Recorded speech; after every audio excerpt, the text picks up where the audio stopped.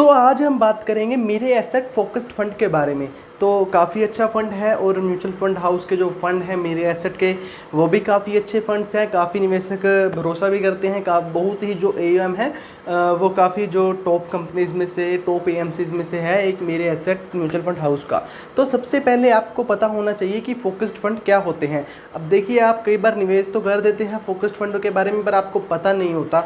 जैसे large cap, small cap, mid cap के बारे में आपको सबको पता होगा, सेक्टर फंड के बारे में पता होगा, फोकस्ड फंड के बारे में भी आपको कईयों को पता होगा। मैं ये नहीं कहता कि मेरे को ही पता है, बट आपको कई इन्वेस्टर्स को नहीं पता होगा। तो देखिए, फोकस्ड फंड वो होते हैं जो किसी कुछ स्टॉक्स पर ही जो अपना मेन फोकस रखते हैं, उनको ही अपने पोर्टफोलियो में रखते हैं।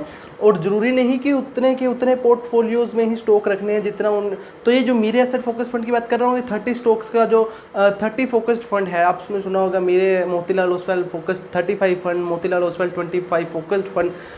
खैर, जब मैंने भी कुछ टाइम पहले, बहुत टाइम पहले मोतीलाल ओसवाल फोकस्ड 35 फंड में इन्वेस्टमेंट किया था, तो मेरे को भी नहीं पता था कि फोकस्ड फंड क्या होते हैं। तो फोकस्ड फंड दोस्तों किसी मेनली स्टॉक्स पे, कुछ मेन स्टॉक्स होते हैं उन पर ही अपना फोकस रखते हैं और उसमें ही अपनी इन्वेस्टमेंट करते हैं। तो ऐसे में फंड मैनेजर के ऊपर रिस्पॉन्सिबिलिटी होती है। एग्रेसिव फंड होते हैं, हम इनको मल्टी कैप फंड भी बोल सकते हैं। तो ये सिलेक्शन करना स्कीम्स का, स्टॉक्स का पोर्टफोलियो में रखने के लिए काफ़ी जो रिस्की होता है। तो अगर ऐसे में अगर फंड मैनेजर ने स्टॉक्स अच्छे चूज़ कर रखे हैं तो स्कीम अच्छा परफॉर्मेंस करेगी। तो ऐसा नहीं है कि फंड मैनेजर स्टॉक्स अच्छे सिलेक्शन नहीं करेगा, अपनी तरफ से कोई भी गलती नहीं करता। देखिए, गलती वैसे हो जाती है, पर फिर भी जो फोकस्ड फंड होते हैं ये यही होते हैं कि किसी मेनली फंड्स स्टॉक्स पर फोकस करना, उन्हीं स्टॉक्स को अपने पोर्टफोलियो में रखना, उन्हीं को अपने पोर्टफोलियो में घटावड़ा बढ़ाना। तो ऐसा नहीं है कि जो अगर 30 फंड स्टॉक्स हैं जो उनको अगर एक बार पोर्टफोलियो में ऐड कर लिया तो उनको एग्जिट नहीं कर सकते, कोई और फंड एंटर नहीं कर सकते पोर्टफोलियो में। तो ऐसा नहीं है। जब फंड मैनेजर को लगता है कि स्टॉक्स में से एग्जिट हो जाना चाहिए तो वो टाइम टू टाइम कर देते हैं। तो चलिए, बात आज हम करेंगे मोतीलाल मेरे एसेट फोकस्ड 30 फंड के बारे में। तो उससे पहले अगर आप मेरे चैनल पर नए हैं तो चैनल को सब्सक्राइब कर दीजिए। और आपके लिए एक नोट है, अगर आप एक इन्वेस्टर क्यू ऐप है दोस्तों, जहां पर आप अपनी हर एक फाइनेंशियल क्वेरी कर सकते हैं। म्यूचुअल फंड से रिलेटेड, स्टॉक से रिलेटेड, इन्वेस्टमेंट से रिलेटेड हर प्रकार का क्वेश्चन आप वहां पर पूछ सकते हैं। अगर आप एक न्यू हैं तो मैं आपको रिकमेंड करूँगा कि आप डिस्क्रिप्शन में जाकर, लिंक मैंने दे रखा है, आप वहाँ से डाउनलोड कर सकते हैं। वहाँ पर आप कोई भी क्वेश्चन अपनी फाइनेंस से रिलेटेड पूछ सकते हैं।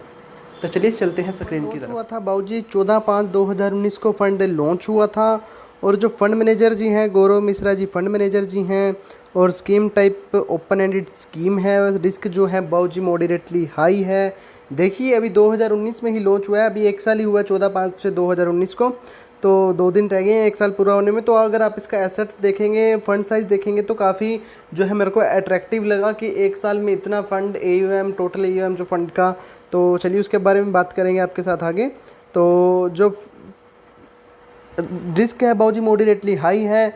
मिनिमम इन्वेस्टमेंट 5,000 रुपया मिनिमम इन्वेस्टमेंट इसमें कर सकते हैं। और एसआईपी जो आप शुरू कर सकते हैं मंथली, वो है 1000 रुपीज़।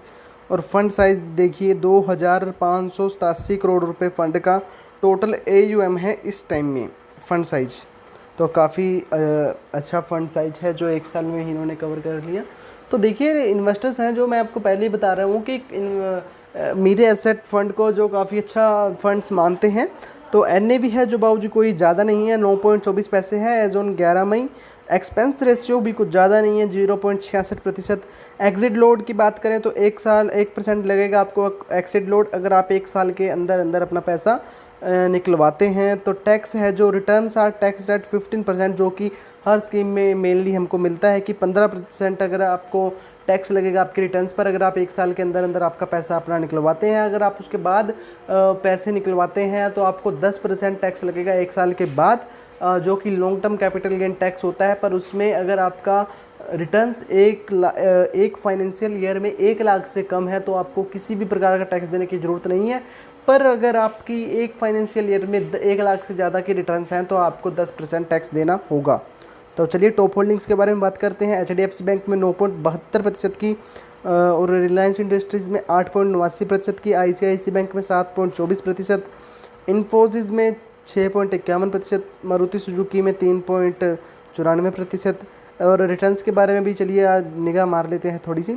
तो 1 मंथ में जो रिटर्न्स देखने को मिल रही हैं लगभग 1.5% की 1.49%।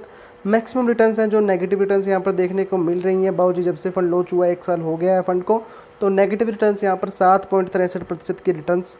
और 1 डे की बात करें तो 0.417% की रिटर्न्स यहाँ पर देखने को मिल रही हैं। तो इन्वेस्टमेंट ऑब्जेक्टिव देखिए, मैं कहता हूँ कि आपको इन्वेस्टमेंट ऑब्जेक्टिव हर बार स्कीम का चेक करना चाहिए। तो the scheme seeks to generate long term capital appreciation income by investing in equity and equity related instrument of up to 30 companies. तो देखिए स्कीम का जो ऑब्जेक्टिव है, मेन ऑब्जेक्टिव है लॉन्ग टर्म कैपिटल एप्रिसिएशन और इनकम करना है investing करके इक्विटी और इक्विटी रिलेटेड इंस्ट्रूमेंट्स में अप टू 30 कंपनीज़ की 30 स्टॉक्स में। जैसे कि मैंने आपको बताया कि 30 focused fund, 35 focused fund, 25 focused fund होते हैं। तो 30 कंपनीज़ में ही जो इनका ज़्यादातर इन्वेस्टमेंट रहता है। तो अगर आप मेरी राय लें तो आप मेरी राय को बिल्कुल खारिज भी कर सकते हैं। तो आप अगर 5 से 6 साल का व्यू रखते हैं, देखिए अगर आप इक्विटी में इन्वेस्टमेंट करते हैं तो आपको लॉन्ग टर्म का ही थोड़ा टाइम होरिजन रखना होगा, तभी आपको जो है अच्छी रिटर्न्स आपके अनुमान के तहत ही रिटर्न्स मिल पाएंगी। तो आप 5 से 6 साल का अगर टाइम होरिजन है आपका इसमें इन्वेस्टमेंट करने का, तो आप इसमें इन्वेस्टमेंट कीजिए, आपको बेस्ट बहुत अच्छी रिटर्न्स मिलेंगे यहाँ से। तो बात करूँगा यहीं पर। अगर वीडियो अच्छा लगा तो वीडियो को लाइक कर दीजिए और चैनल को सब्सक्राइब कर दीजिए।